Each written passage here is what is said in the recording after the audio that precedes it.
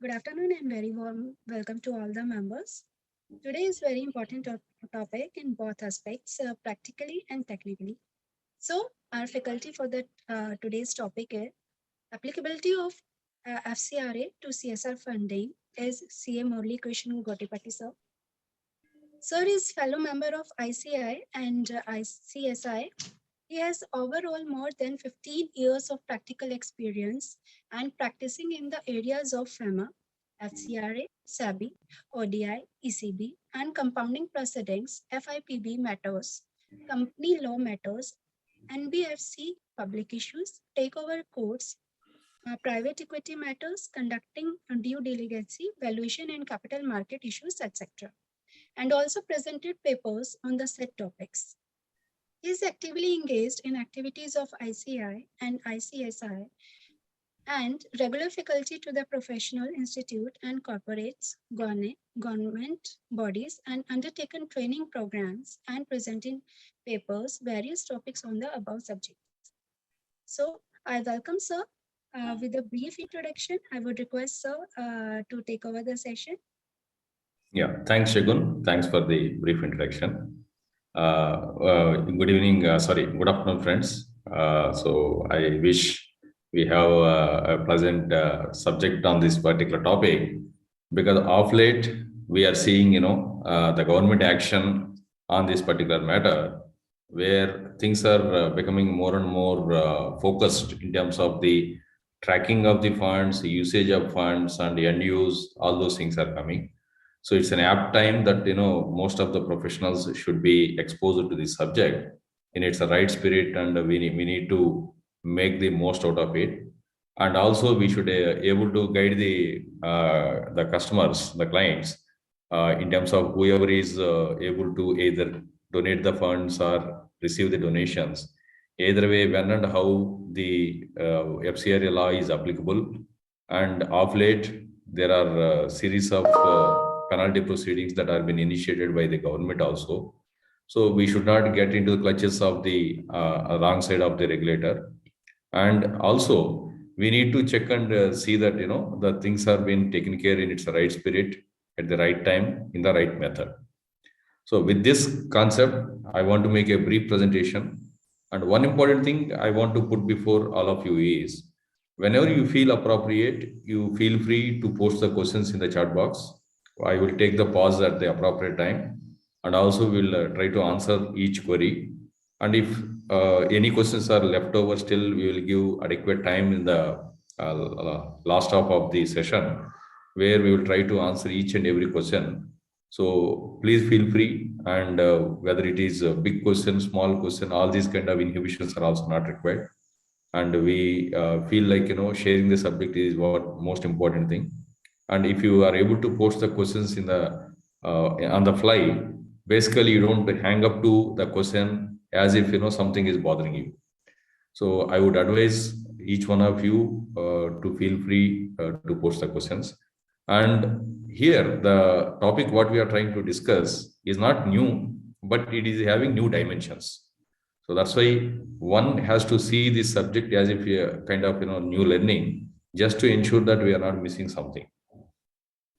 So give me a minute. I'm trying to share the screen.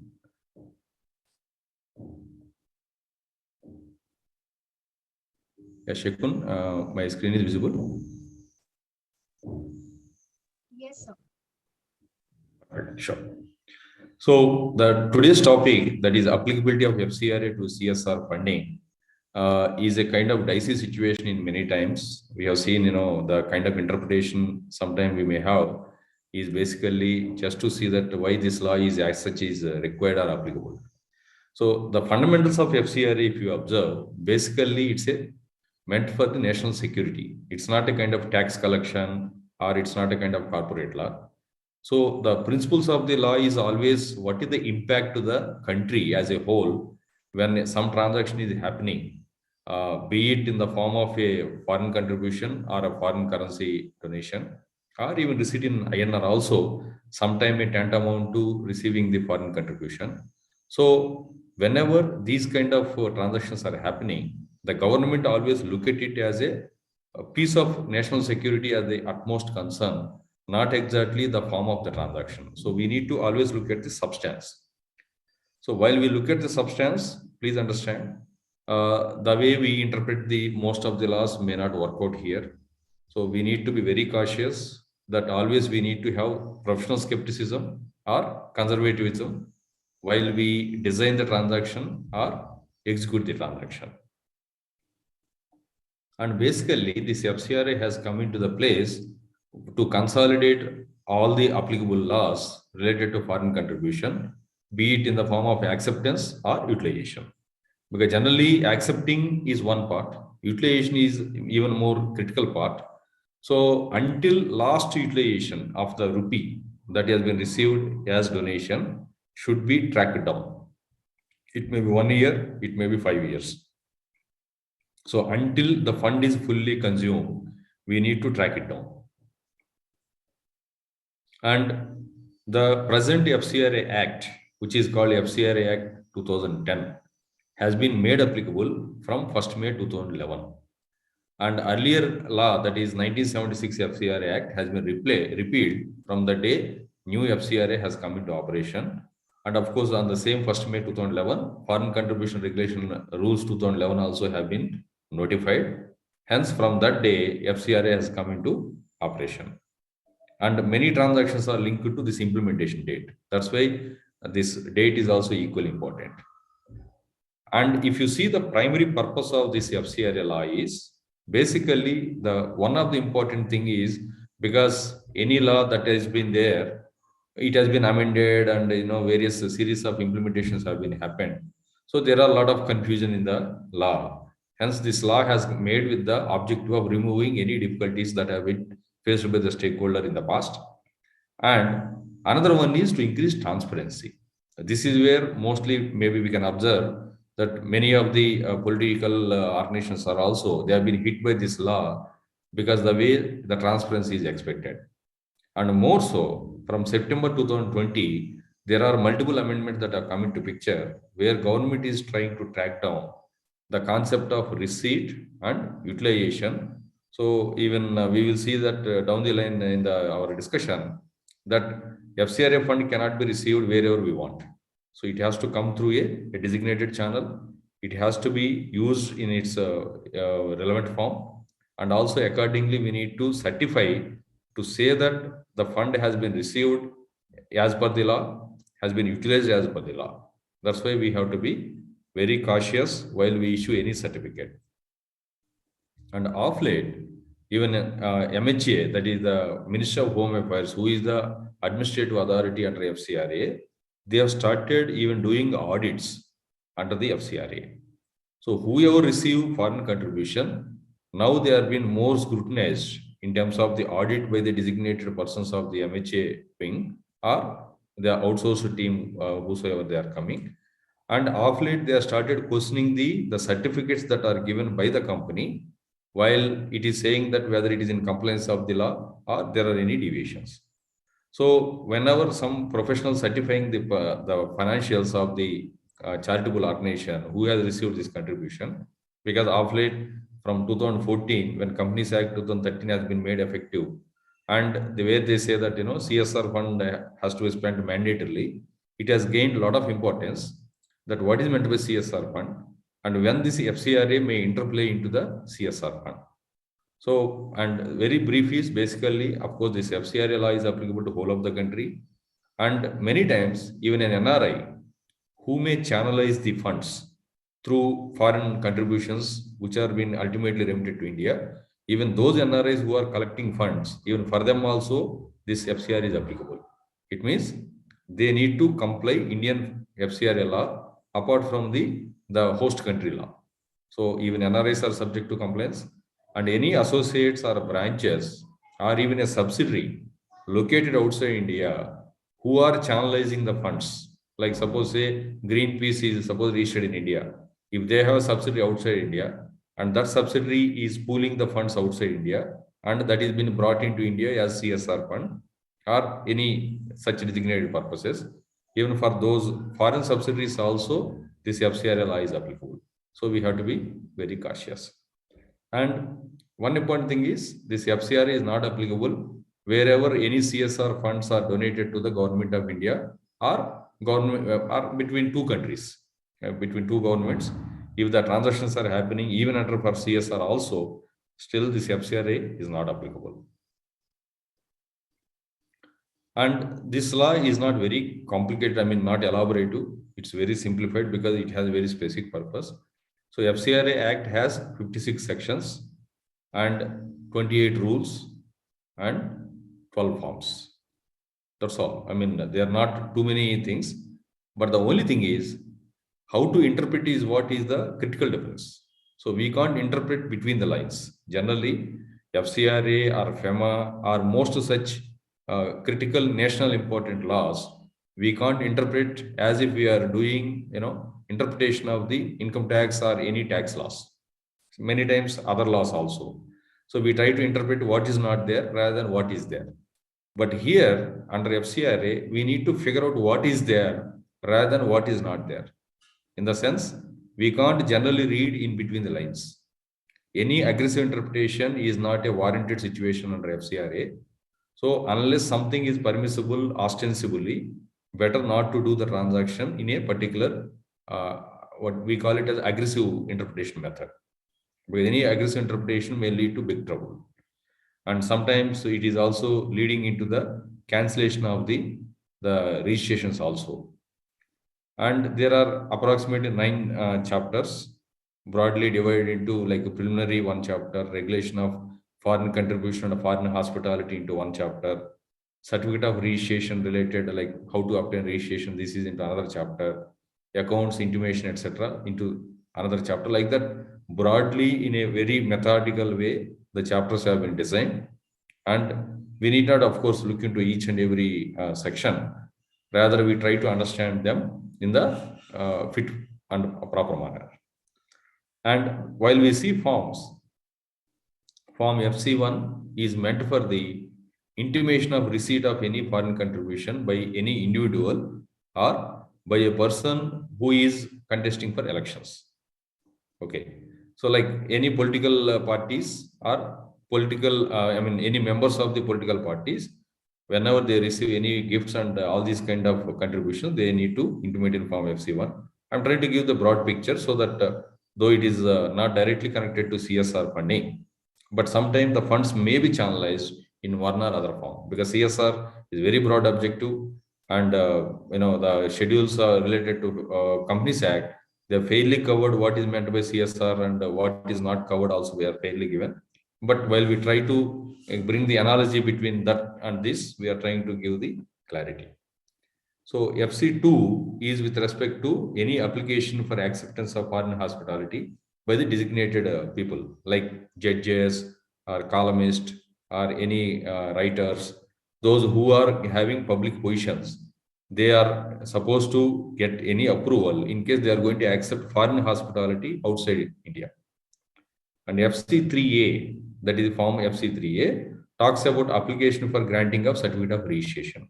So any new application need to be made in Form FC3A, and any application for prior permission, that is when we are going to take specific funding, not on a regular basis, but on a very case-by-case basis.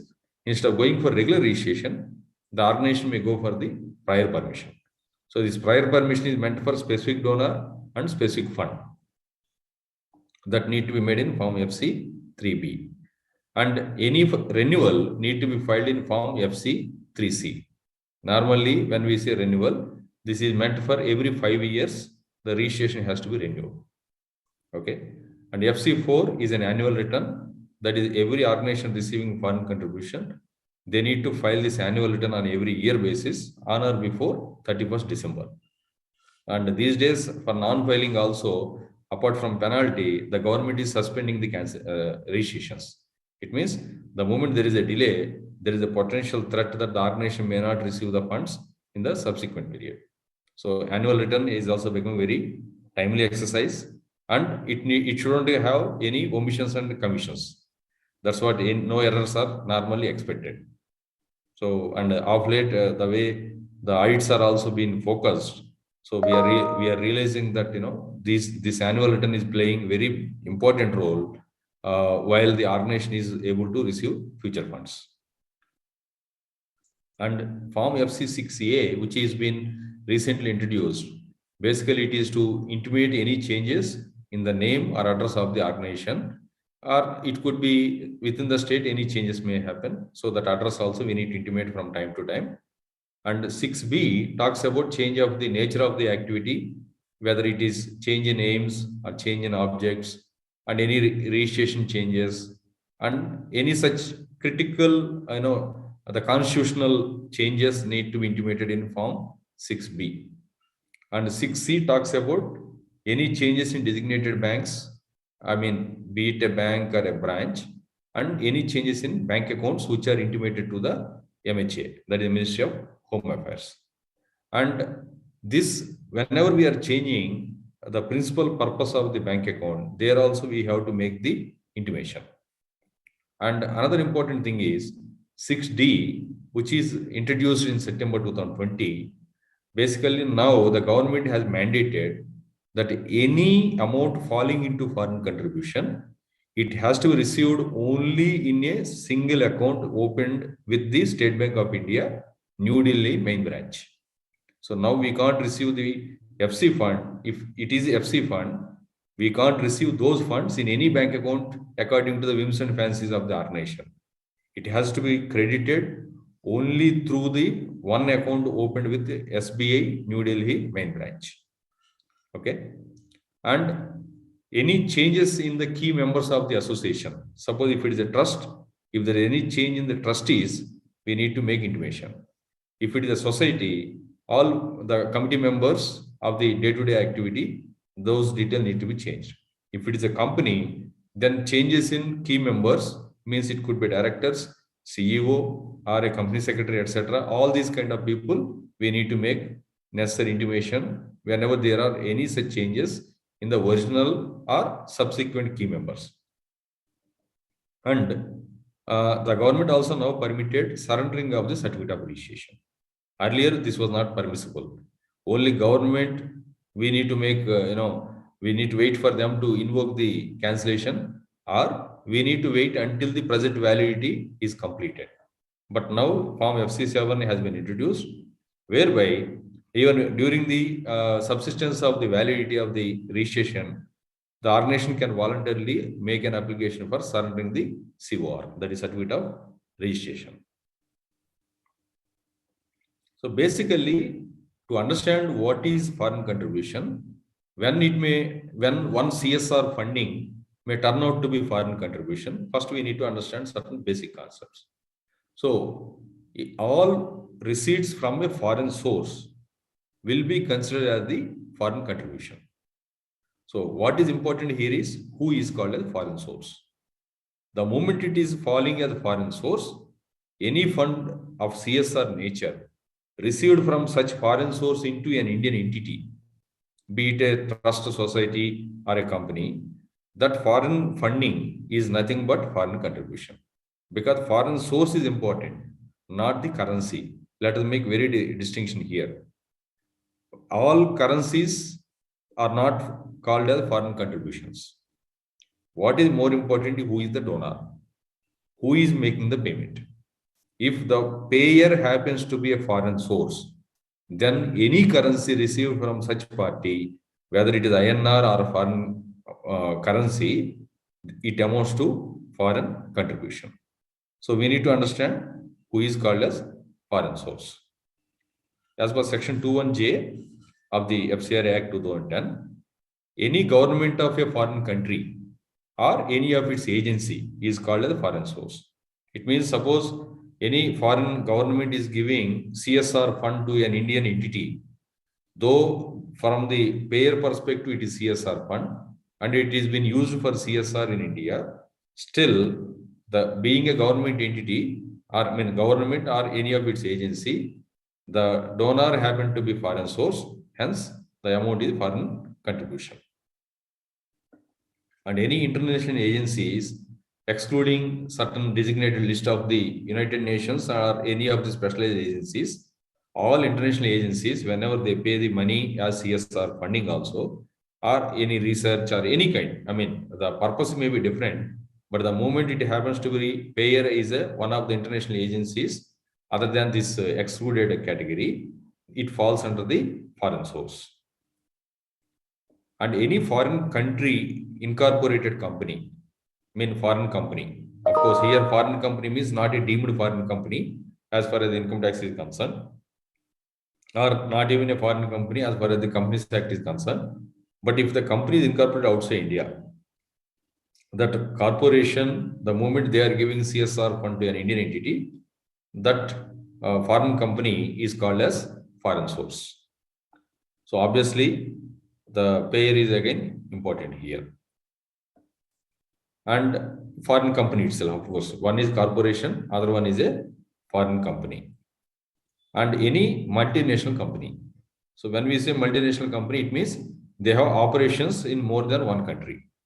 But just because it has more than one country operation, we may not call every company as MNC.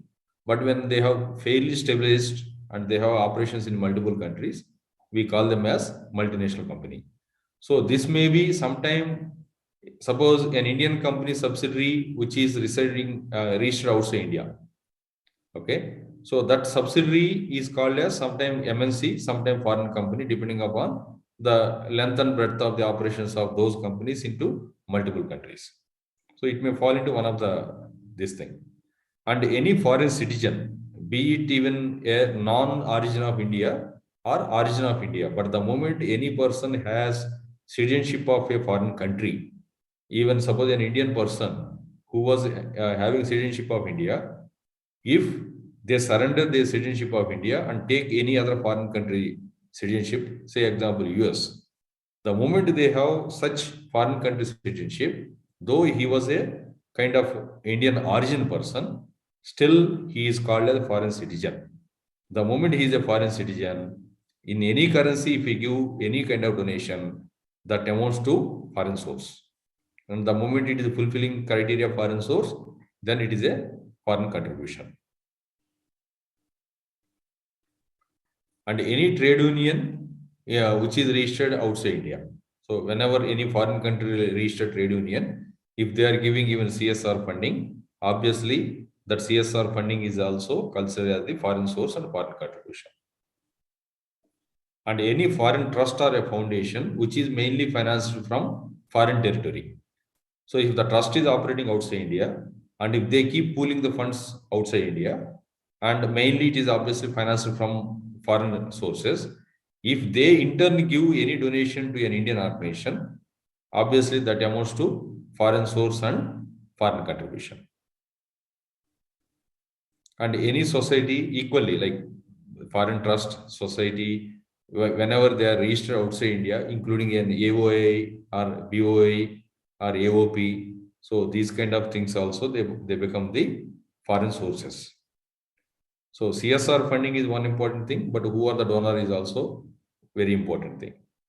So any Indian company which is having more than half of its share capital held by any one of the above entities, like a foreign company opening a subsidiary in India, normally it amounts to foreign subsidiary.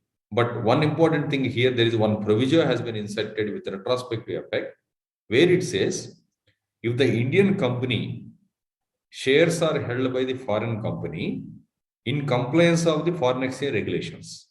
Means suppose if there are any sectoral caps, if the shareholding is even if more than half of the capital is held by foreign company, but if cumulatively the foreign entity holding is not exceeding the sectoral cap, then though it is more than half, still the Indian company will not be called as foreign source. But if there is any violations under FEMA, it means the moment, suppose share capital is held by foreign company, even example, a simple form called form FCGPR is not filed, or form FCTRS is not filed. Thereby, the shareholding is not in compliance of the FEMA. Then this Indian company whose shares are held by foreign company in contravention of the FEMA, this Indian company giving any CSR funds even under Companies Act 2013 as CSR donation to some other organization, it amounts to foreign contribution. This is very important. That's why generally we advise whenever we get the funds, I mean, the ordination, which is an implementing agency as far as the Companies Act is concerned, if the moment they are taking any donation, even from an Indian entity, we advise them to take a declaration stating that whether the Indian company which is giving donation, whether it falls under the definition of foreign source under the FCRA 2010. If this declaration is not there, anybody can make an allegation that this Indian company is called as a foreign source. Hence, the Indian charitable organization which has received this particular fund of CSR may be termed as contravening the FCRA fund. I mean, FCRA regulations.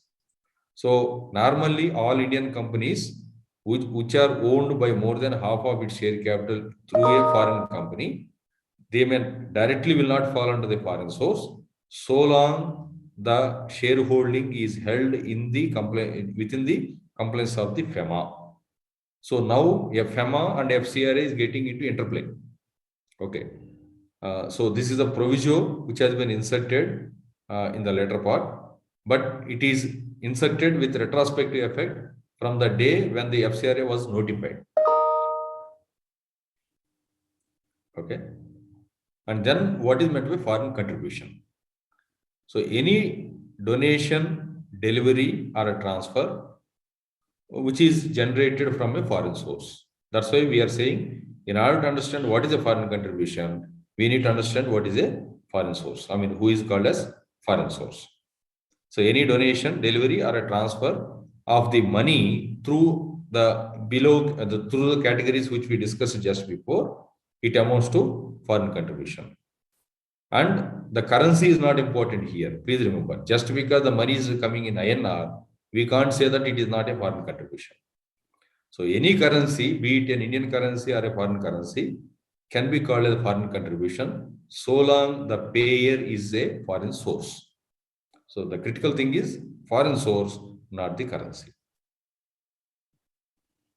Any security.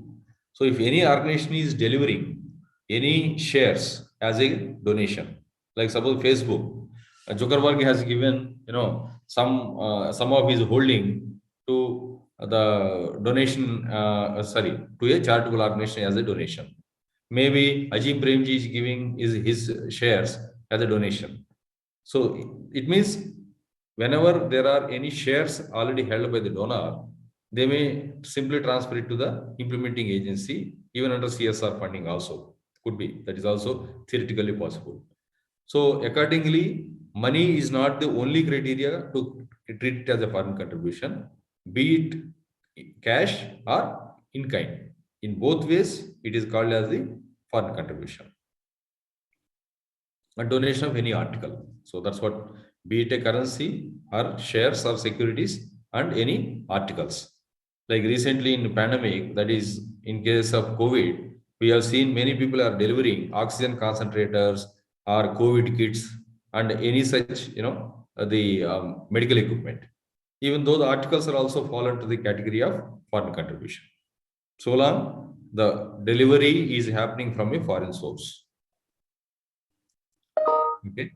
And if the article value, unless it is more than 25,000 rupees in INR value, it may not be treated as a foreign contribution, though donor happen to be a foreign source. But if the value of article is less than 25,000 cumulatively or individually, then it will not be treated as the foreign contribution. But if the value is more than 25,000, obviously it is called as foreign contribution. Okay. And another important thing is, any earning made out of the source of foreign contribution, such interest or any earning or income is also called as a foreign contribution. It means not only primary receipt, but secondary earning is also called as foreign contribution. So even this also need to be in compliance of the FCRA law. It means if suppose an FD is received or maybe cash is received, FD is being made out of the cash and interest is earned. So the secondary income, the secondary receipt is nothing but interest. This interest is sourced from the foreign contribution. Hence, the interest earned on such foreign contribution or any income like capital gain or sale of sale gain or anything, I mean to say. So basically, all such a secondary income is also called as the foreign contribution. And infusion of share capital, that's why we are saying, basically, if suppose any infusion into the equity capital, which is not in compliance of the FEMA, even that is also can be called as foreign contribution. Please remember, because we sometimes may write saying that, for administrative expenditure, some money has come into the Indian subsidiary, but it is not against the share capital. Generally, we write some grant, some capital receipt, something like that. But any such capital nature of contribution considered to be a grant, even that grant is also called as a foreign contribution. Even recently, we have handled one typical case where a foreign customer has given grant of some, say, 2 crore rupees to buy equipment which are relevant for establishing a line of production line exclusively meant for the customer. But these goods are not exported outside India. So that particular grant also is called as foreign contribution. Please remember, unless it is in compliance of the FEMA, where we take proper approval from AD Bank or proper approval from RBI, unless we take such compliance, such grants can be called as foreign contribution. Okay, and any unsecured loan at a subsidized rate than the maybe bank rate or prevailing market rate from the foreign source, even that also can be called as a foreign contribution. Even for a normal company also, if suppose a foreign source is giving some advances, but if it is so advance is in the nature of loan, actually the loan has been given in the nature of advance, on the face of it is considered to be advance, but it is a loan, then any interest that is not paid or the gain generally equal to Indian bank interest rate can be called a foreign contribution. This can be both penalized under FEMA. Sometime it may turn out to be foreign contribution. So we have to be very clear. Whenever we see any of these kind of transactions, we should be very cautious, and we need to pick it up, saying that whether this may fall under the foreign contribution. Any such notional gains or real gains, whatever may be the case, they may fall under the concept of foreign contribution. So please hold on for a minute. I'm just, yeah. And another one is, what is not considered to be foreign contribution? This also we need to understand. So nothing but whenever we see that these kind of some foreign receipts by charitable organizations, we may think like, they may fall under the foreign contribution.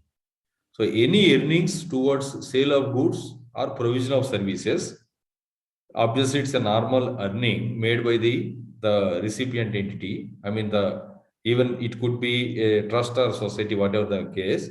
But if it is earning through sale of goods or provision of services, it will not fall under the foreign contribution. Okay. Donations by NRIs, that is, who is a Indian citizen residing abroad, if he is giving any donation to a CSR activity or whatever the case may be, but irrespective of currency, whether he is giving in foreign currency or he is giving in INR, it will not fall under the foreign contribution because he is an Indian citizen but residing abroad. Okay, so such donations are also called as not called as a foreign contribution. Okay, and any article which we already discussed, if the value of the article is less than 25,000, it cannot be called as foreign contribution. And any delegation or participation fee paid to the participants from India, so any such fee received basically will not be called as the foreign contribution. Like suppose if the society or a trust is conducting a program outside India and they are collecting some fee as a participants, that is not called as the foreign contribution. And any charges or a fee or offering received by temples towards the some performing of puja and all those things, and obviously they are not called as the foreign contributions. And any amount received towards fulfillment of the contractual obligations. So like again, it could be either sale of goods or provision of services. Obviously, they are not all called as foreign contributions. So these are the broad aspects basically when we may call any donation, whether it is CSR or non-CSR, when we can call it as foreign contribution. The first thing, please remember again, at the cost of repetition, I am telling, basically whenever it is received from a foreign source and irrespective of currency, it may termed as the foreign contribution. Okay. So another important thing is, though it is not directly related to CSR topic, but I want to bring more completeness. So who cannot accept the foreign contribution or foreign hospitality? So any person who is contesting for election, he cannot accept any foreign contribution. And any correspondent, columnist or a cartoonist, etc., who are normally having influence through print media or electronic media, they also cannot have any foreign contribution. Even please remember, a company which is running the kind of print media or electronic media, normally without proper compliance under FEMA, they can't receive even FDI also. Okay, so that also tantamount to contravention under the FEMA. And any judge or a government servant or government employee or of any body or a government, basically. Okay, if the body is owned or controlled by the government, or if he is a government employee, obviously they cannot accept the foreign contribution. And any member of any legislature, be it MLA, MP, whatever the case may be, including a panchayat member, cannot accept the foreign contribution. And any political party cannot accept foreign contribution, or even an office bearer of the political party also cannot accept the foreign contribution. And any organization designated by the government as political nature party, though they are not registered as the political party, but they have influence over the political party, even such organizations cannot receive the foreign contribution. Example, maybe just I can say like RSS. They may be influencing BJP, example. So they cannot receive foreign contributions. Even it may be termed as CSR fund or non-CSR fund, but they can't receive any foreign contributions. Okay. And any association or a company which is into print media or electronic media, as I said, they cannot accept any foreign contribution, and many times they can't also accept the FDI. That's what we need to remember. And the people who have been listed in the previous slides, which are called as prohibited list, they may receive some of these amounts only by way of salaries or wages, or as part of any sale of goods, etc. But they can't receive it as a contribution. They can receive only as an earning. Okay. And many times, even the people who have been listed there, they can receive gift from relatives, generally not more than 1 lakh rupee. Okay. If it is more than 1 lakh, it can be termed as a foreign contribution. So we have to be very cautious about this. Okay. Shagun, is there any questions till now? Can I take any questions or shall I continue?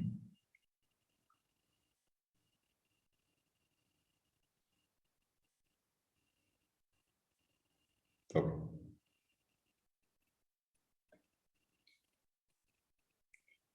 And as we have been telling, whenever any foreign contribution is received, basically it should be deposited only in a designated foreign currency account.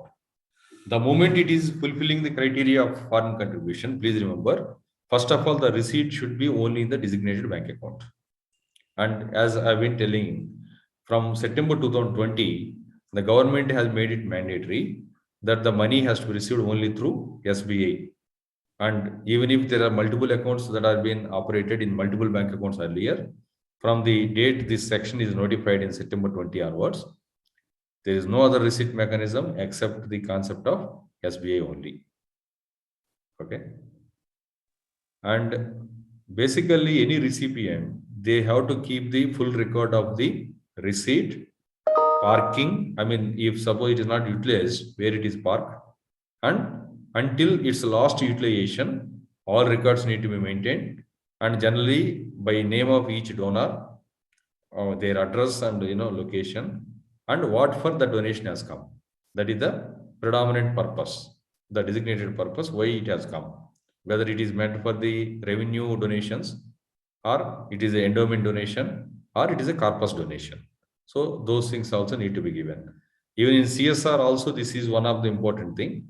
The entity which is giving CSR donation, sometimes they may say that don't spend this, park this in the form of maybe fixed deposit, etc. Only interest need to be spent. That is also possible. So the recipient has to keep all the record of the foreign contribution. So the Indian organization, like suppose any implementing agency, the moment they receive this kind of CSR donations, they need to keep all these documents so long it is a foreign source. But if it's Indian companies which is not covered under the foreign source, if they are donating to the implementing agency, there is no problem. It can be called as the normal donation of CSR fund, and the organization is not bound by the foreign contribution regulations. Yeah, Shekun, there are any questions? Yes, sir. We have one query Mhm. from Ramesh, sir. Would the FCRA be applicable to the ultimate holding company or each of the entities which contributed to CSR? Each subsidiary company of a listed entity has a CSR committee, and expenditure proposal is reviewed and approved by this committee. Should there be any concern raised tomorrow, would the liability offense be restricted to individual subsidiary and its director, or would it extend to ultimate parent, which is the holding company and also listed on stock exchanges? Okay, it means if suppose there are any violations of the giving of CSR fund, whether the actual payer is considered to be the non-compliance entity or its ultimate holding company. Yes. That's what, okay. Yeah, obviously it's only payer level we need to see. It cannot percolate upward towards the holding company. So normally it is the payer who is making this particular payment should be considered as the non-compliance entity. And of course, recipient entity who is receiving this CSR fund, which is tantamounting to foreign contribution, that receiving entity will also be, liable for consequences, as well as the payer, though they may plead for ignorance, still there is a possibility of considering payer as a non-compliant organization. Okay, so but their holding companies which are ultimately owning shares in the CSR donors may not be considered to be a violation entity. Basically, only payer level we need to check it. Yes. Yeah. So the next is grant from Indian company, which is subsidiary of foreign company, is FCRA source or not? Of course, a branch is not an independent entity.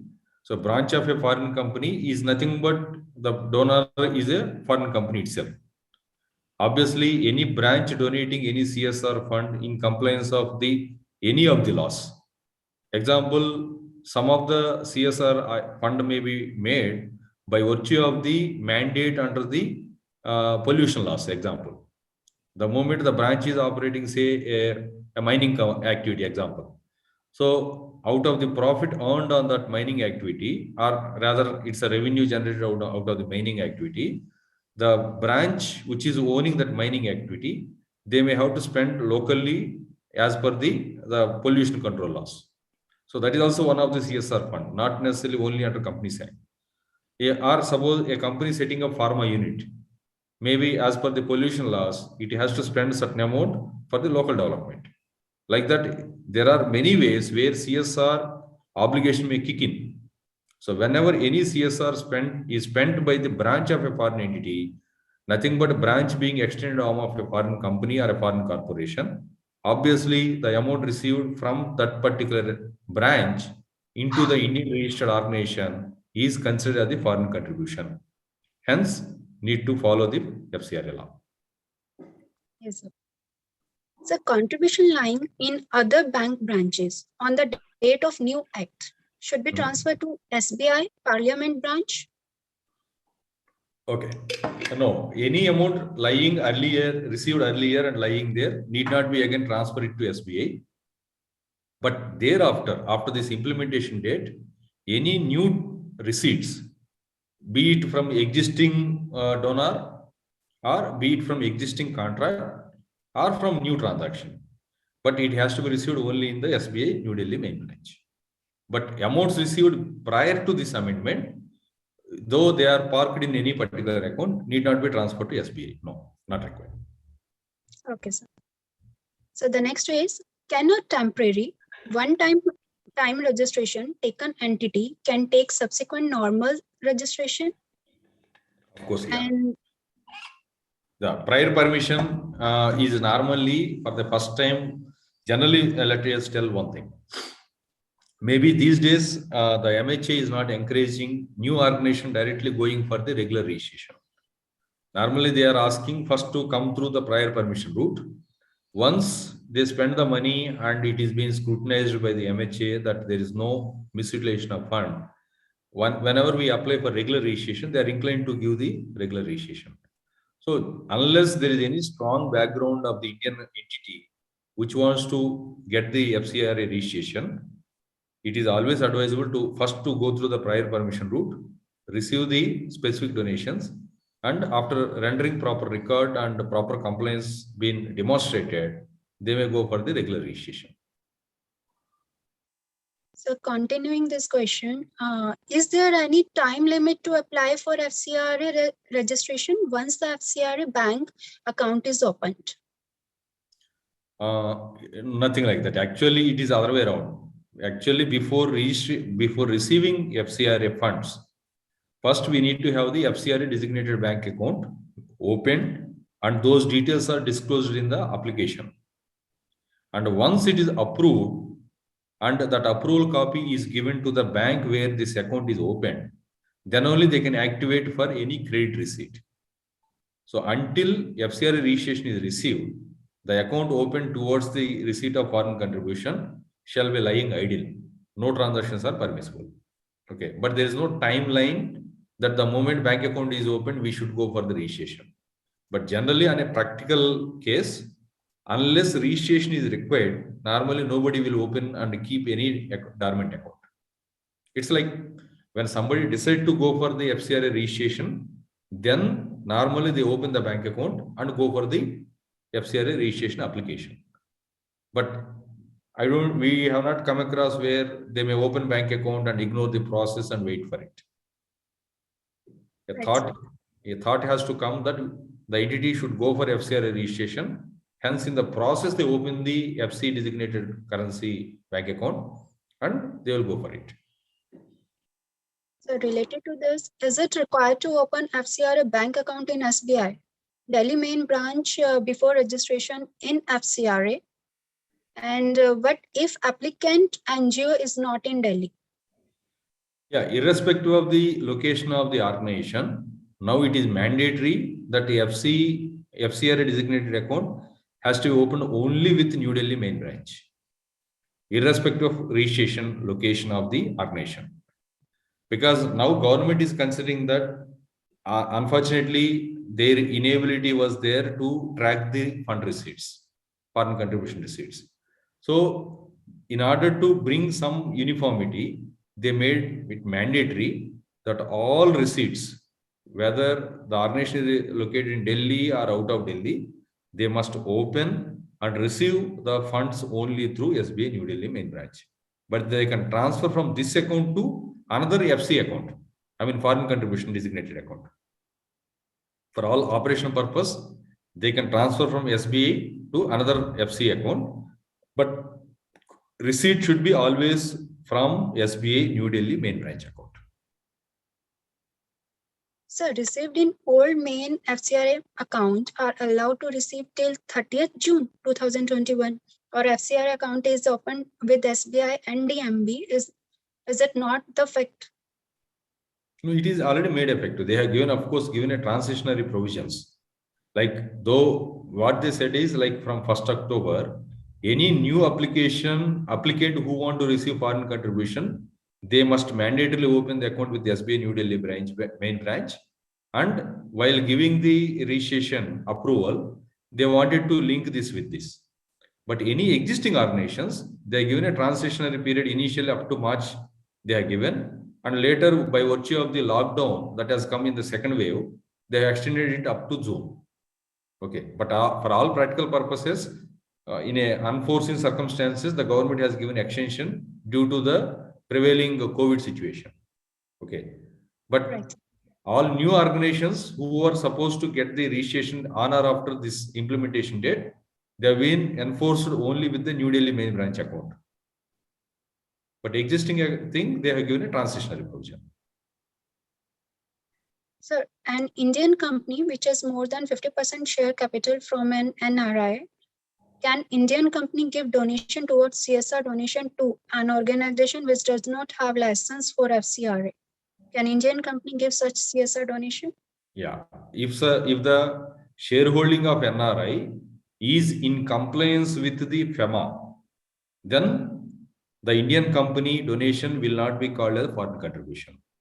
But if there are any violations under FEMA, be it shareholding percentage, that is, suppose say, let us take pharma company. Normally, any NRI or any foreign direct investment can come under the automatic route up to 74%. Anything above 74% is subject to the government approval if it is a brownfield pharma company. Okay. So if any such NRI holding is there beyond 50%, but there is any contravention under FDA regulations, then it tantamount to that the Indian company is considered as the foreign source. So now there is an interlink. The FEMA compliance, if it is not complied, then Indian entity is called as a foreign source. The moment the non-resident holding is more than half. Okay.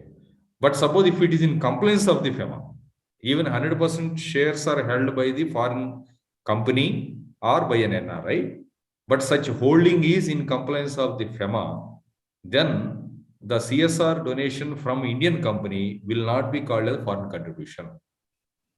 So here we need to, the checkpoint is whether shareholding that we are talking about is complied in terms of the FEMA regulations, that is FDA regulations or not.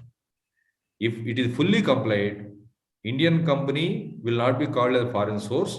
Hence, the CSR donation is not called as foreign contribution. Okay. That is the only deciding factor is whether compliance under FEMA is there or not. Sir, is there any time limit for giving approval or rejection of the application filed? What to do if no communication is received for over a year? Okay. See, theoretically, of course, yes, there is a 90 days time period for granting the approvals. But unfortunately, here there is no deemed approval. It means if nothing has been communicated, we have to wait. Because without the registration number, the bank account cannot be, the FC designated bank account cannot be made active. So, yes, administratively, there is an obligation of 90 days. But on a practical sense, getting registration in 1 year is a great thing, honestly speaking. Because normally what will happen, let us tell why this is taking more time. The donor will be screened by the Ministry of External Affairs. Suppose we are giving a list of donors, then they have to be reviewed by the MHA via Ministry of External Affairs. So Ministry of External Affairs will refer the credentials of the proposed donor for review. Then the local wing of the Ministry of External Affairs, they need to do a on-ground survey of the proposed donor, and they will give their opinion. And that opinion need to be translated to MHA. In turn, MHA has to take internal decisions.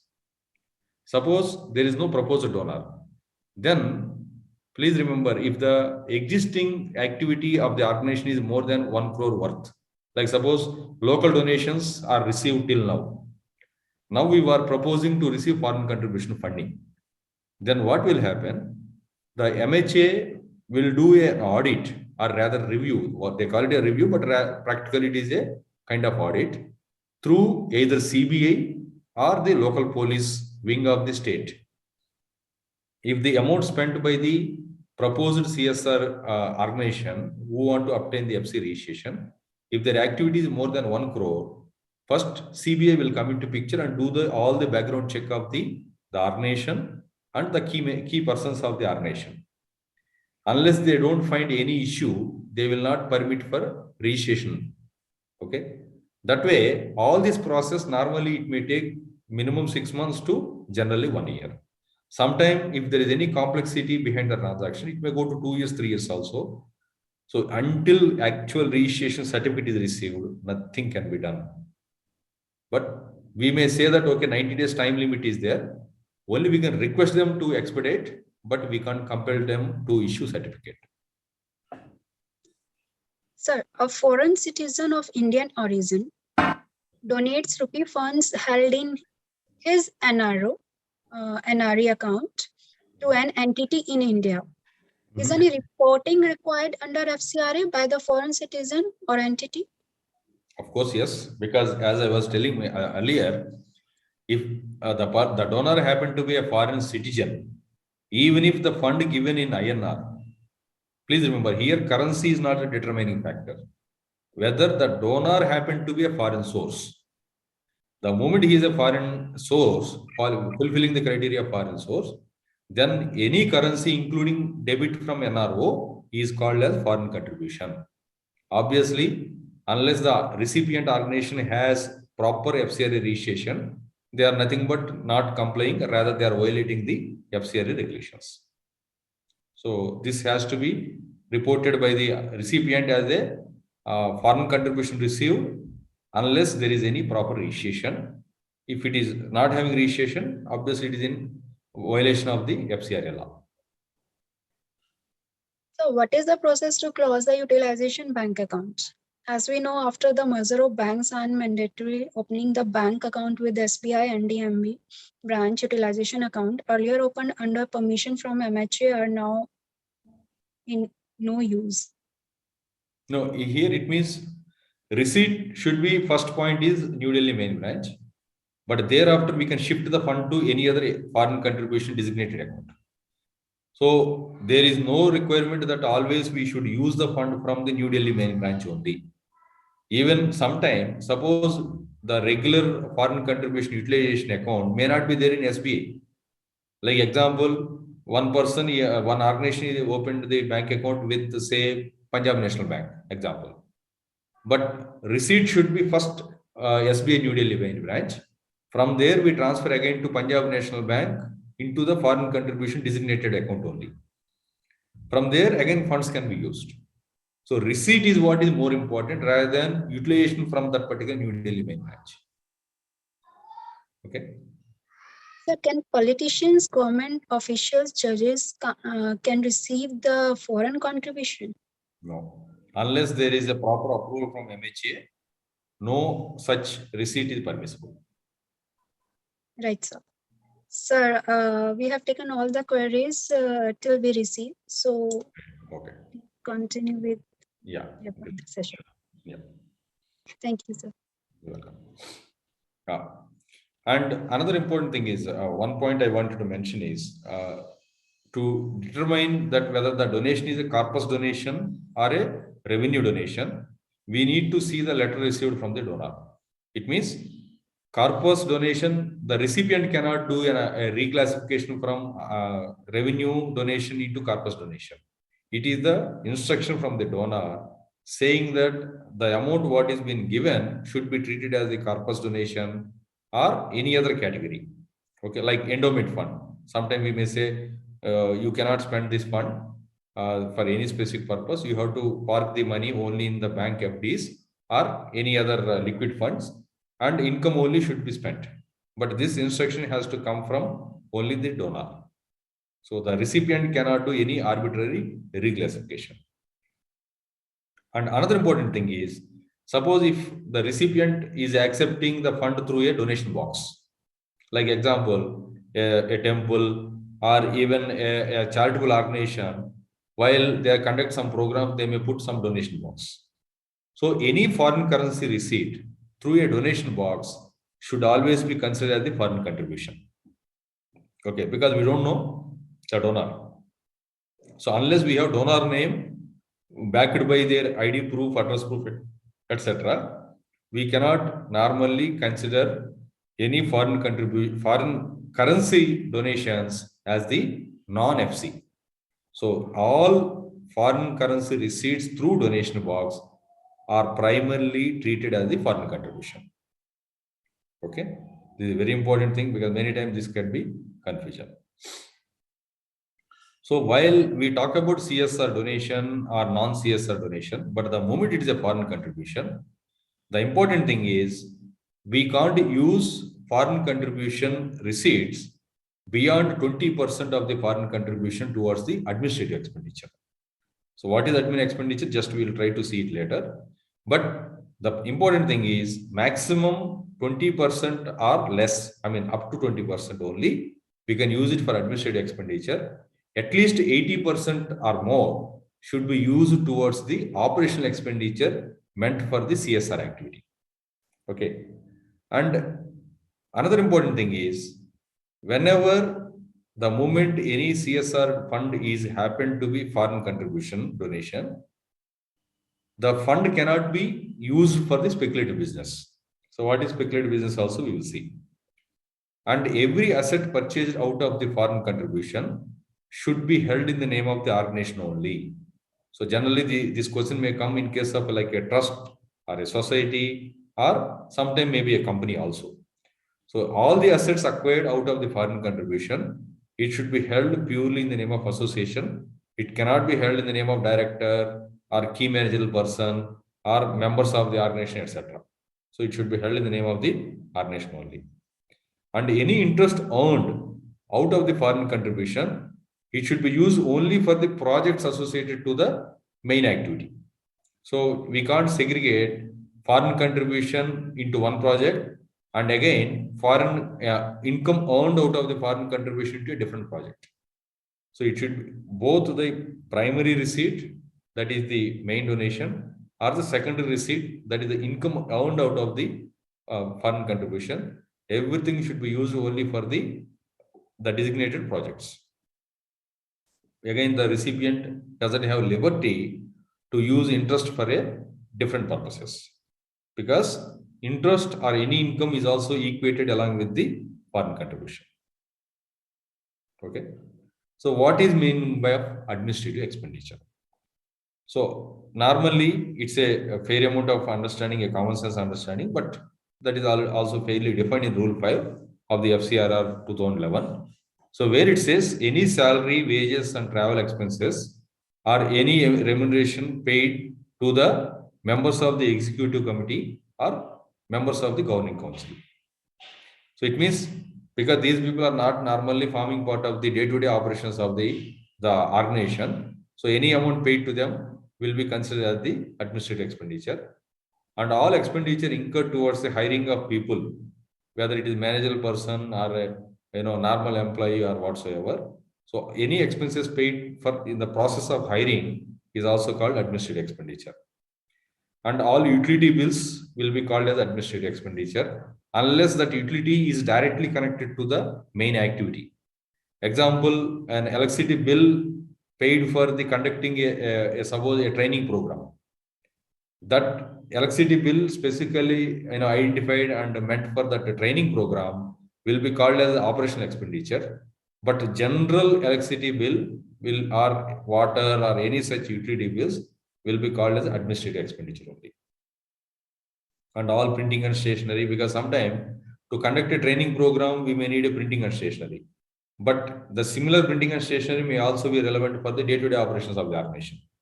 So any expenditure incurred which is not directly connected to the program will be called as the administrative expenditure. Okay. Even travel, transportation or commutation expenditure, all these things will be called as the administrative expenditure unless it is directly attributable for a program. That's what we need to be very clear.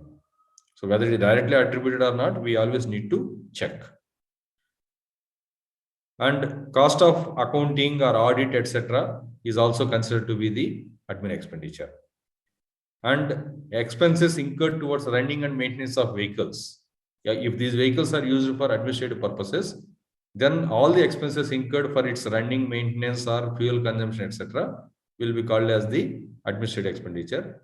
But if the vehicle used mainly for the CSR activity, example, an ambulance is being used for the transportation of the people from one place to hospital or any other thing, then ambulance related expenditure, including running and maintenance, will be called as the CSR fund activity. But normal vehicles, which are not directly connected to any operational project, it may be called as the administrative expenditure. And cost of writing reports or compilation of the project reports or etc., all these things will be also forming part of the admin expenditure. And legal and professional charges paid for the consulting or paid for towards the, so the audit, internal audit, certification, etc., everything will be forming part of the admin expenditure. But suppose professional charges are paid towards any program, like suppose we brought one subject matter expert to conduct a training program for women, example. That is not called as admin expenditure because it's the project itself, the actual program itself. In that case, that is called as a project expenditure. But any other normal indirect legal and professional charges will be called as the administrative expenditure. And rent paid to the premises or repairs and maintenance thereof, where it is used as the admin building. But if it is used as a training building, then again it is a project expenditure. So that's why we need to see the actual utilization, what for this infrastructure is being used. That's what we always need to be looked at. So normal administrative buildings related rent or repairs and maintenance and everything else will be called as administrative expenditure. But a premises where actual training program or some operations are being done, there obviously it is called as the project cost. So we need to go by the use versus outcome. Okay. And it does not include, means administrative expenditure doesn't include the salaries and all these costs paid to the people who are directly involved in the actual activity, like training program. So the trainers will be, their salaries will not be forming part of admin expenditure, but it is actually program cost. Okay. And suppose the organization is doing any R&D activity, like whether suppose an organization is conducting an impact assessment, R&D kind of activity on a field basis, whether this program has certain value or outcome or made any impact to the people in that region, any such data collection related cost will be part of the project cost. It will not be called as admin cost. Okay. In the same way, if the organization is running, suppose a hospital, so all the salaries or any cost paid to the doctors towards running that hospital will be forming part of the project cost. Okay. And same way, suppose the organization is running a school, so all the teachers and primary staff who are supporting them, it will be called as the project cost, but indirect cost will be called as the admin cost. Okay. So like that, we need to see whether the people who are involved directly in the operations, their salary and cost will be going into the project cost. Any indirect staff, be it administrative staff or supervisory staff or sometimes marketing staff, they all fall under the admin cost. So cumulatively, the administrative expenditure cannot go beyond 20% of the foreign contribution. But of course, in case it is a local contribution, entire amount also may be admin expenditure, but it is theoretical. Because generally, without actual project, administrative expenditure will not be there to that extent. But just I am giving a hypothetical situation. Okay. Then we have seen before that the FC fund cannot be parked in a speculative business or speculative investments. So basically, what are the speculative investments? Wherever there is a higher risk element is involved, like suppose buying shares or buying bonds of junk bonds, which are not highly rated. So like that, those kind of investments cannot be bought by using the foreign contribution. So the foreign contribution meant for CSR also, but whenever there is a temporary, there is surplus, it may be parked normally. So just because there is a high yield, we cannot park in these kind of high risk oriented investments. Okay. And debt based securities are normally considered as the non speculative investments. Okay. So debt based investment is permissible, But equity-based or any other risk-based investments like mutual funds and all these things are not permissible. So even temporary parking cannot be done there. Okay. And one important thing that has happened in this September 2020 amendment is earlier, any recipient of the CSR fund or a foreign contribution, they were permitted to transfer, or rather we call it a sub-granting of the funds to another registered organization. It means, suppose organization A, which has received the foreign contribution related funds, they were permitted to transfer to another organization, maybe organization B, if they are also registered under the foreign contribution. But after this FCR Amendment 2020, there is a complete ban on transfer of any funds to any other organization, even if the other recipient organization is registered under the FCRA. Now, the recipient should be the only utilization organization. They can't transfer it to anybody else. Okay. So this is one important amendment that has come by virtue of this, FCR Amendment Act 2020. So we need to ensure that there is no transfer, there is no sub-grant. Even suppose the organization has received the contribution in kind, even that equipment or tools or consumables, etc., should not be transferred to any other organization. Maybe it can be in the custody of somebody else, but they cannot be saying that, I have assigned my entire responsibility to the another organization. That is not permissible. Okay. Because all these things are very important. Many times, we see these kind of non-compliances. So we should be very careful. Okay. And all CSR funds which are tantamounting to foreign contribution, they always need to be deposited in FC, that is foreign contribution designated bank accounts only. So initial receipt should be through SBI New Delhi main branch. On or after this FCR Amendment 2020 has been made operational, except the transition, some exceptions are there. Otherwise, all receipts should be in SBI New Delhi main branch, and from there, these funds should go to any other FC designated bank account, and from there only the money should be spent directly. Recently, we have received a query that suppose for certain reasons, the implementing agency, can they transfer, internal transfer, okay, from FC account into regular INR account or domestic account? No. It means there should be direct transfer to a third party from this account to the foreign currency designated, foreign contribution designated account. It should go to either a vendor or an employee or to a third party, but there shouldn't be any internal transfer from foreign currency designated account to the non-foreign currency designated account. Okay. And we also counted one more situation. One of the organization has opened one EFC account, that is Exchange Earners Foreign Currency account, to receive the foreign donations. Is it permissible? Whether foreign contribution can be received through EFC account, Exchange Earner Foreign Currency account. Okay. It should not be permissible. Okay. Because EFC account is meant for the foreign currency earnings. But unknowingly, we have come across organizations which might be guided by the banks or by whatever reason, they have received foreign contribution through EFC, but it is not in compliance of the FEMA. But there is no specific restrictions under foreign contribution. But we need to read FEMA and FC. Hence, Foreign Contribution Regulation Act. Hence, we can say EFC account is not permissible to channelize the foreign contributions. Okay.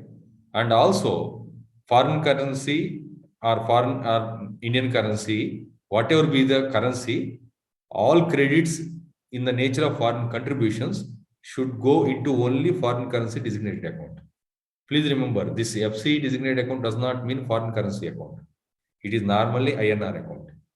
So whether it is INR or foreign currency, but the moment the donor happened to be foreign source, all these funds should go into foreign contribution designated bank account only. And normally the account should be maintained separately to record the foreign contribution related transactions, both receipts and utilization. But of late, we have seen, the organizations may not be maintaining, but it is always advisable to have separate set of accounts. Okay. Otherwise, there is a possibility of mixing non-foreign currency receipts or non-foreign currency expenditure through these particular accounts. Okay. And there is no specific standards of accounting through which this FC account, foreign contribution utilization need to be shown. So based on the nature of organization, we need to follow the accounting standards. Like if it is a company, we need to follow accounting standards under Companies Act. If it is not a company, then we need to follow accounting standards under income tax law, because anyway, the organization should have the registration both under section 12A or 80G or 12A or 12AB, whatever it is. Okay. So they need to follow the accounting standard as applicable to the organization. And no local fund can be mixed with the foreign contributions. Okay. And the accounts with respect to the foreign contributions should be preserved for at least 6 years. Okay. But suppose if any audit or any investigation is going on, so long such audit or investigation is completed, we need to maintain the accounts. Okay. And whenever there are any investments out of the foreign contribution, basically the organization has to maintain separate register evidencing the initial investment and subsequent realization or renewal, as the case may be. Okay. And this should be part of the audit again. And normally we can't keep one FD towards the domestic fund and foreign contribution together. Like suppose 1 crore surplus is generated out of foreign contribution, another 1 crore surplus generated from the non-foreign contributions. We can't open one single FD saying 2 crore is the FD. No, we can't mix in any manner. Whether knowingly or unknowingly, there should not be any mix while receiving or parking in any investments or while utilizing. So always there should be end-to-end track, and everything should be through foreign contribution designated either account or investments. Okay.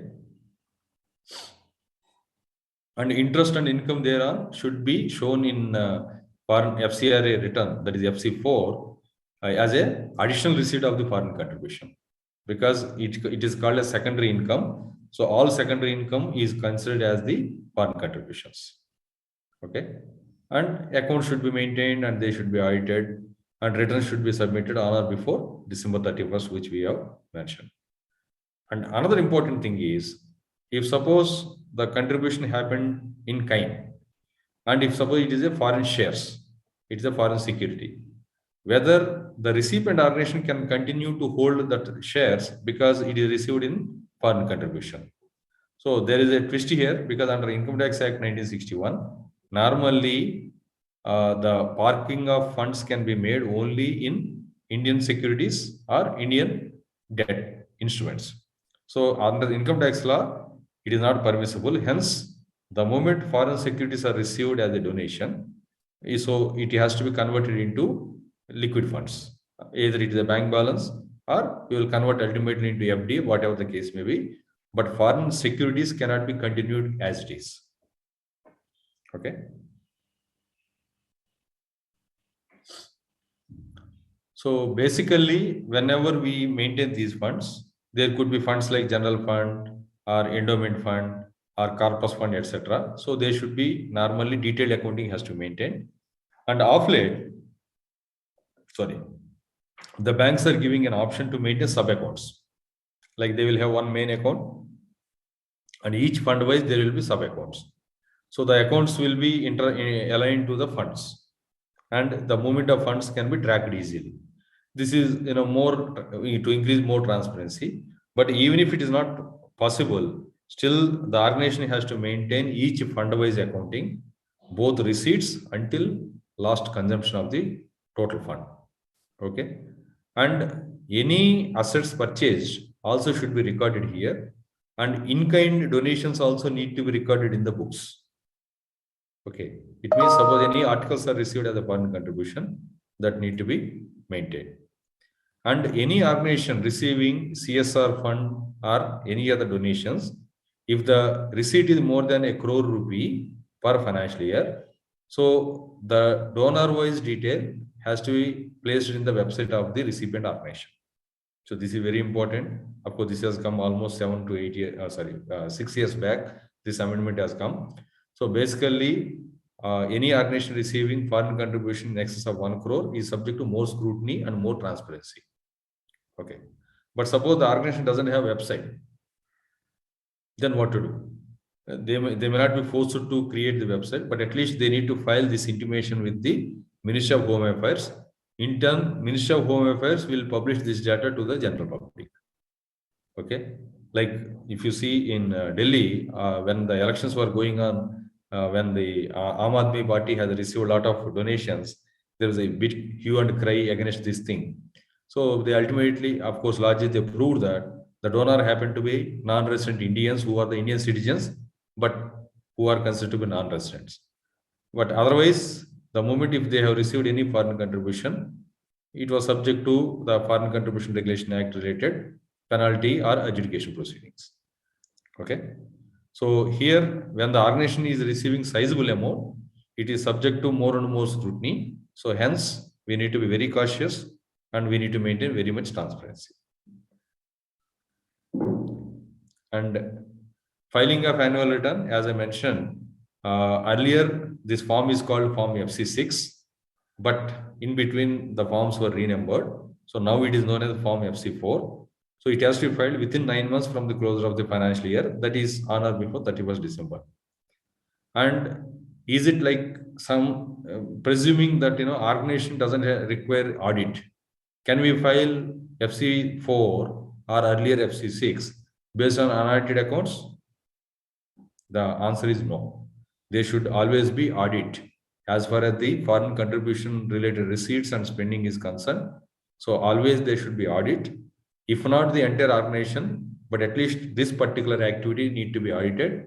And the audited statement of accounts here, that is income and expenditure statement and receipts and payment statement and balance sheet. These things we call it a statement of accounts. These should be audited and this should be certified by the CA. And these need to be filed along with Form FC4. Please remember. Okay. And it should reflect both FC received in the exclusive bank account. If suppose any foreign contribution is mixed with any other account, even amount received through such account, etc., everything need to be disclosed in a transparent manner. And it also should reflect in the receipts and payment statement, because we can't call it as income and expenditure. So that's why we call it as income and we can't call it as profit and loss statement. So we need to call it as income and expenditure statement. Okay. And this receipts and payment should also reflect interstate bank transfers. So the same organization, if they have multiple accounts, any transfer from one bank to another also should reflect in receipts and payment. Even opening of FD or realization of FD, even that also need to be reflected in the receipts and payment statement. So whether it is purely income and expenditure related transaction or balance sheet related transaction, everything has to come in this particular receipts and payments. Okay. And these duly certified statements also need to be appended with the bank statement, all the concerned bank statement copies through which these transactions have taken place. It means not only a summary of these statement of accounts, but also the bank account itself, duly certified by the designated officers of the organization, should be attached, and it should be submitted to the along with the Form FC4.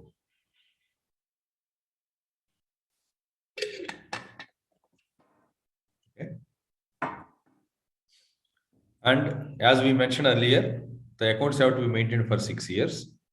And even if there are no foreign contribution received in any of the financial year, the moment organization is covered under the Foreign Contribution Regulation Act, even nil return need to be filed every year. And that also need to be filed within December due date. Okay. And now all electronic returns only are to be filed. There is nothing called physical return. Okay. Because now the website of FCRA online only need to be used for all complaints under the FCRA. And any delay in compliance of this particular annual return, as I have been mentioning, is considered to be non-compliance of the FCRA law, and it attracts a lot of penalty And also it can invite the suspension of the registration or even many times cancellation of the registration. Okay. So, and if suppose it is subject to renewal, then the renewal may not be granted also. So until all these complaints are properly done, there is a threat on the organization to receive further funds in future. Okay. So this is timely complaints is very important and one has to be very cautious. And while this renewal or registration or prior permission are mandated, the fees are very nominal. Like for regular registration, the fee is 3,000 rupees. For each prior permission application, it is 5,000 rupees. In case of renewal of certificate of registration, half of the original registration fee need to be paid, that is 1,500. And in case there any delay beyond the specified period, a late filing fee of 5,000 rupees need to be paid. So what is the due date for renewal application? So it depends upon whether the organization is spending the money over multiple years or it is in a single year. If the organization is doing a single year project, then the renewal has to be filed at least 6 months before the due date. But if it is a multiple year projects, at least 12 months before the due date, the renewal application need to be filed. Okay, it means depending upon the project duration, whether it is spanning over multiple years or single year. If it is single year, the renewal need to be filed at least 6 months prior to the due date. That is minimum 6 months is required. But if it is multi-year project, minimum 12 months prior to the due date, we need to file this particular thing. I mean, 12 months prior to renewal date. Okay. So we need to plan well in advance for renewal. And if it is not registered within, if it is not received within that, and if suppose the renewal is not made before due date, the registration is nothing but suspended or cancelled. So that's why we have to be very careful, and it's very hard time bound. So obviously one has to be very cautious and diligent. Okay. So, and another important thing is what is the validity period of the regular registration. So all the organizations which are existing prior to 1st May 2011, that is when the new FCRA 2010 has been made operational. So for earlier, actually, there is a permanent registration. It means no periodical renewals are there. So to bring transparency, this is what the government has done. Every organization should go for the renewal, and the validity period is 5 years from initial registration or 1/5/2011, whatever the case may be. Okay. And as I mentioned, multi-year project or depending upon single year project, the renewal application need to be filed well in advance. Okay. So this is what is very critical. And as we mentioned, basically from this under the section 17, of course, read with rule 9, this has been made mandate that the New Delhi main branch is there as one of the receiving account. But for keeping or utilizing, we can have multiple bank accounts. It can be in same SBI in a different branch we can open, or maybe we can open with a different bank. Like that, we can see, the organization can decide what is the mode of, utilization. But please remember, receiving should be New Delhi main branch only.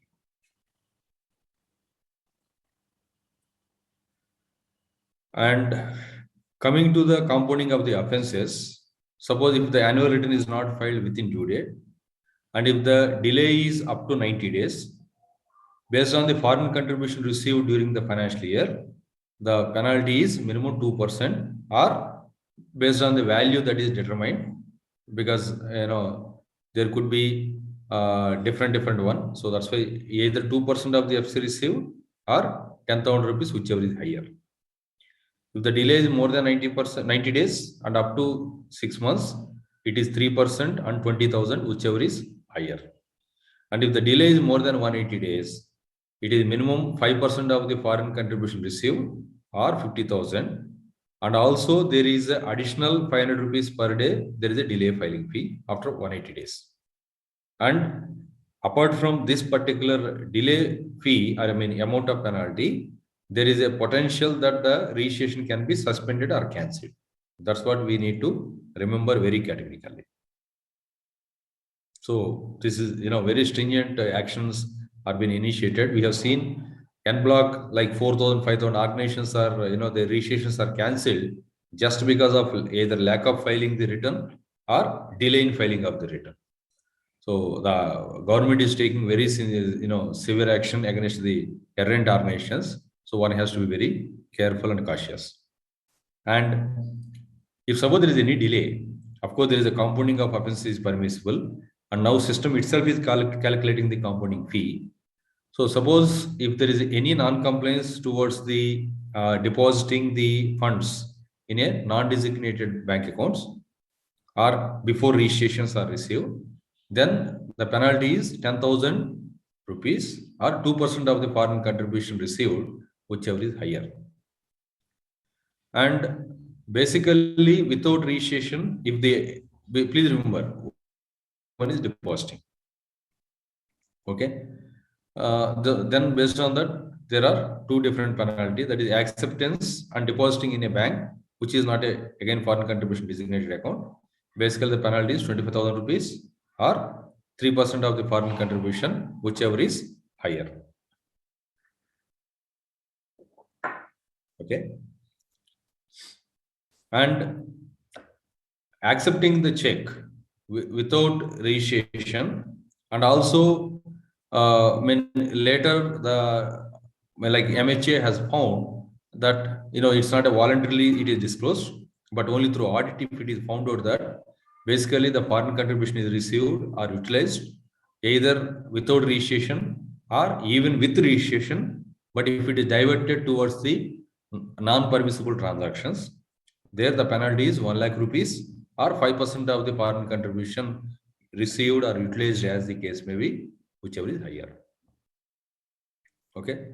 And accepting foreign contribution in kind without registration or prior permission, then obviously there could be, it could be with inquiry, without inquiry. But accepting in kind also there is a penalty, that is 10,000 rupees or 2% of the foreign contribution, whichever is higher. So like, the amounts are also many times turning out to be very high. So we can't take them in a lighter manner. So basically, what will happen if the organization is not ready to pay or is unable to pay? So again, criminal, consequences can arise. So basically, what important thing is, there is a criminal penalties are also involved based on the inquiry that is coming. It could be imprisonment for a minimum period of 6 months and maximum period of 3 years.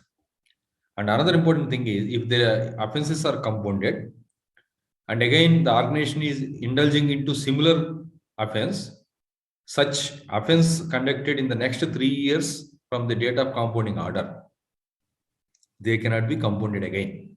So there is a cooling period. Like we can't, every time do non-compliances and go back to the organization saying that, please compound. So out of ignorance, this has happened. So they are not going to make the intentional offenders as a serious or serial offenders. That way we can say. Okay. So their offenses cannot be compounded every now and then. Normally, the offense can be compounded one time, and in next 3 years, similar offense should not be repeated. That's what we need to be very cautious. And another thing is making any false statement. I mean, giving a wrong impression document or a declaration or delivering any false statement of account. So there is a imprisonment up to 3 years or with fine or with both. So sometime if FC4 or any other document filed with the MHA, if it contains any false data, so there is a criminal offense and it can be inviting imprisonment up to 3 years. Of course, or with fine. And please remember here, the value of fine is not specified. It is at the discretion of the court, the adjudicating authority. Okay. So here it can be only imprisonment or only fine or both. and delivery, transfer, or dealing with any article or a currency against the any orders passed by the MHA. Suppose MHA says this fund should not be utilized by the organization because it has suspended the certificate. So if that is the amount is continued to be utilized, nothing but in the contravention of the prohibitory orders. So in that case, again there is a penalty by way of imprisonment up to 3 years, or with fine, or with both. Okay. In addition, there is a penalty equivalent to the article which has been or the amount spent in contravention of this thing. So it means for criminal imprisonment there is a separate penalty, that is penalty and fine are both. Also for the value of the currency or value of the articles, there is a additional penalty. Okay. So one has to be very, very cautious, and these days, these are actually been implemented also. So who are going to monitor this? Whether is there any effective system? Of course, now MHA has created 2 monetary units, MU1 and MU2. So they have been very effectively monitoring, and off late they are also, on a surprise visit they are coming whenever they see any erroneous credits or erroneous transactions they observe. Even recently, we have come across a situation where a donor has been kept under the blacklist. So they are, said that, bank cannot give any credit from the so-and-so designated blacklist donors. So while CSR funds are also being created, we may have to check and see that whether the CSR donor happen to be any blacklisted entity. Okay. And the monitoring unit is conducting detailed inspection, as I've been telling, after almost 20-21 years also, they are now started doing this. Earlier, normally this is not there, but from 2011 till now, there are few, selected accounts only they have been auditing. But now we have been, we have come to know that now MHA is going to conduct mandatory audit, and they are going to subject every organization as an audit. If not every year, but at least in 5 years, every organization will come under the audit. Okay. On a exception cases, these days, MU, that is monitoring unit, is conducting audits for the defaulters of filing of annual returns, or if there is any evidence that there is any prima facie contravention of the act, or any complaint is filed by any public saying that there is a misutilization or misappropriation of foreign contribution, or any adverse report is received from any other law enforcing agencies.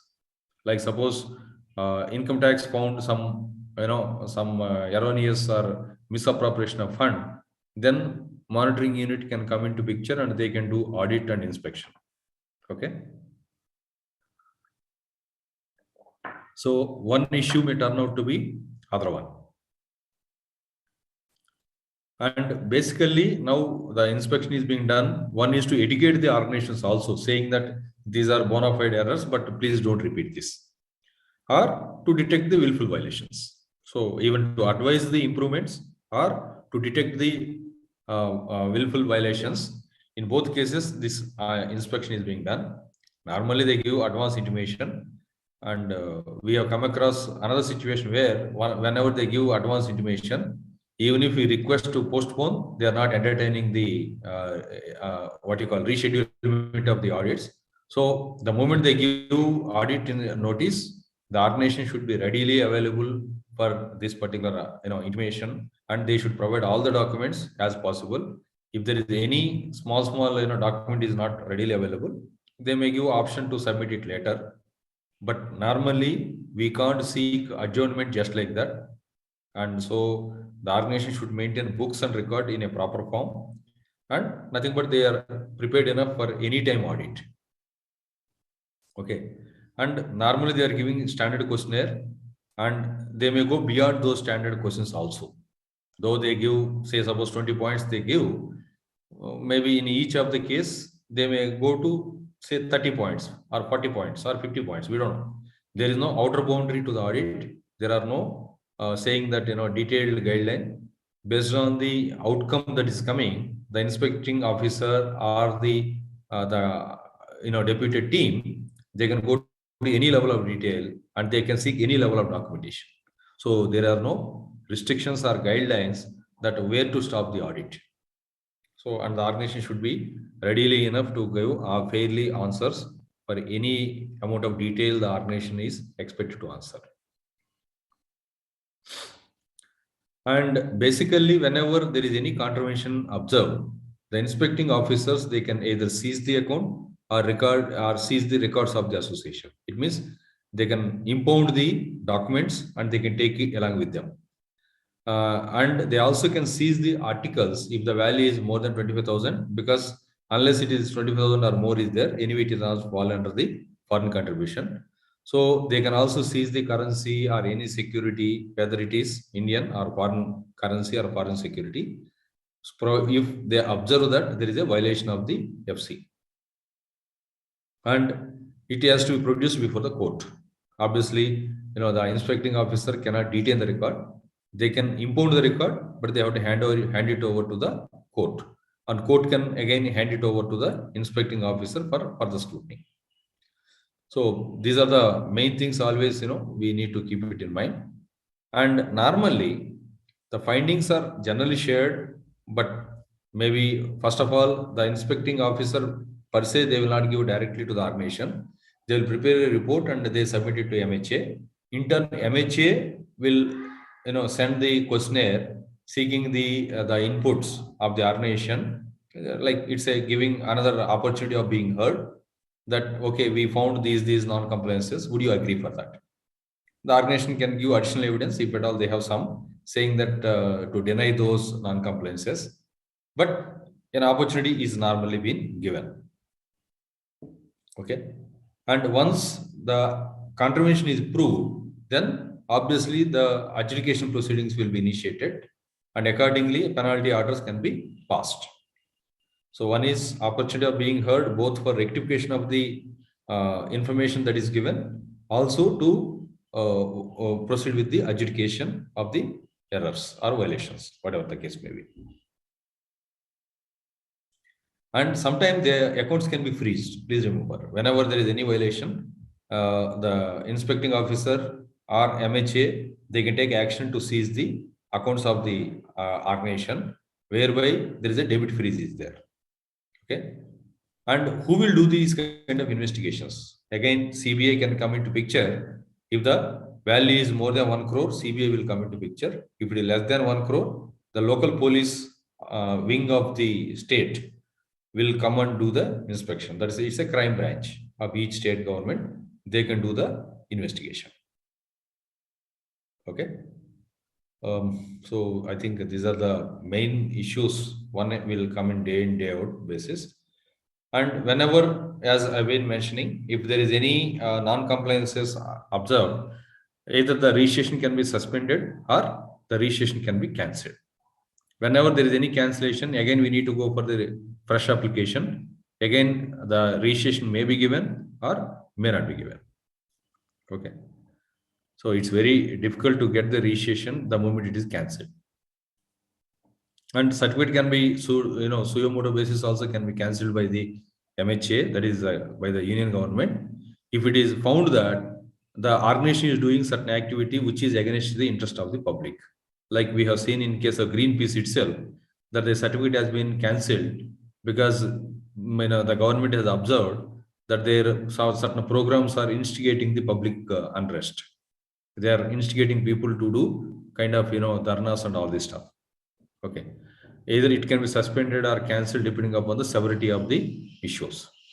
Okay, sometime the debar, the organization can be debarred for 3 years or more kind of activity, so they can't go back again for prior permission or new registration during this particular period. What will happen if there is any registration is cancelled or suspended? Then what will happen to the unutilized foreign currency? So this has to go to the, it normally it will be retained by the bank and it will not be transferred to anyone. And then the government has to pass an order that how these funds can be disposed of. The organization doesn't have a choice, only the government has to give the direction. Okay. And suspension, as I've been mentioning, normally for non-compliances or any for misutilization of fund, the government can pass an order to suspend the certificate for a period not exceeding 180 days. It means at a time they can suspend for 180 days, or later they can go for the cancellation. Okay. And basically, whenever it is suspended, the organization has to take the specific approval of the central government to utilize the existing funds. The moment the order is passed saying that the certificate is suspended, then it has to be under the approval or monitoring of the government only, the amount can be spent. Voluntary surrender, of course, as I've been mentioning, a new section, that is section 14A, has been inserted and rule 15A has been inserted, where it says now organizations are permitted to go for the voluntary surrender of the registration. After screening all the accounts, then if no contraventions are found, the government can permit for the surrendering of the FC, I mean, foreign contribution license. Okay. Yep, I think these are the main points I thought of sharing. Still, if you have any questions, please feel free to post it, and I think I can take it up few questions.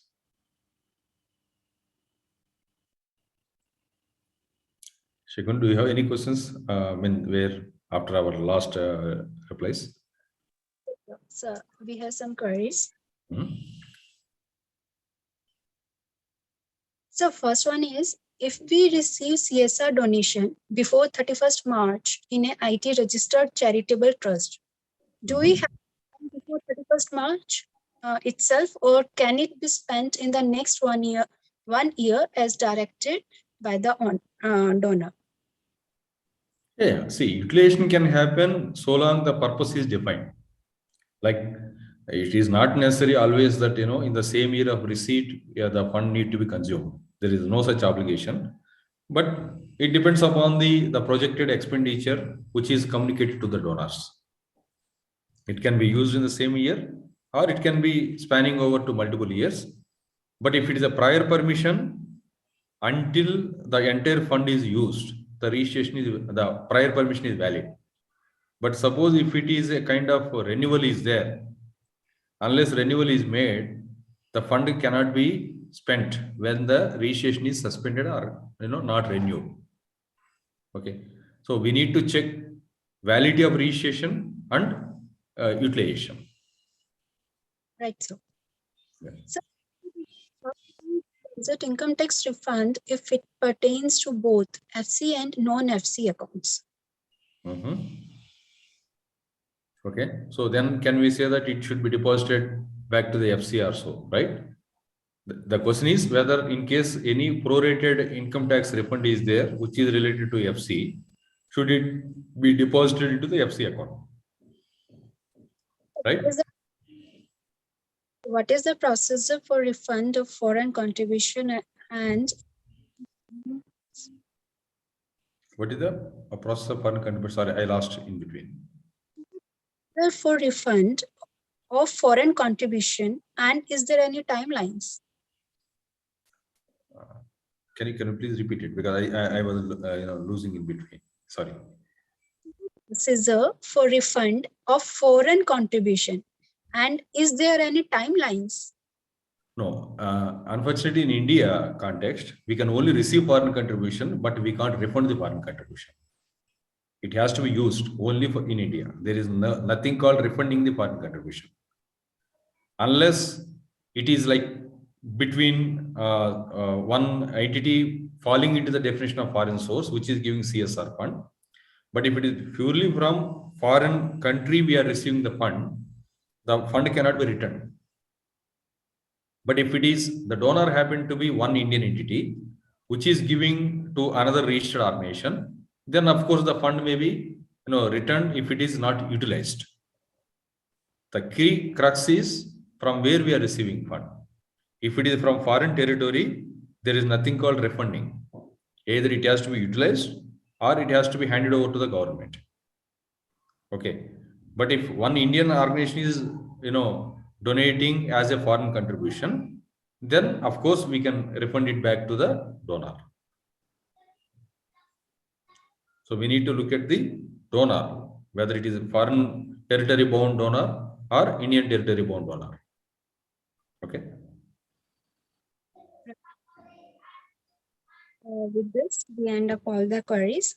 And thank you, sir, for sharing your experience, the detailed concepts with all of us. Thank As you. the regular faculty of our, it is always pleasure to hear you. Thank you. And thank you for giving your valuable time for the friends from the CSR committee. Thank you for an excellent session, sir. Thank you so much. Yeah, thank you, Shekhar. Yeah, see you. Bye.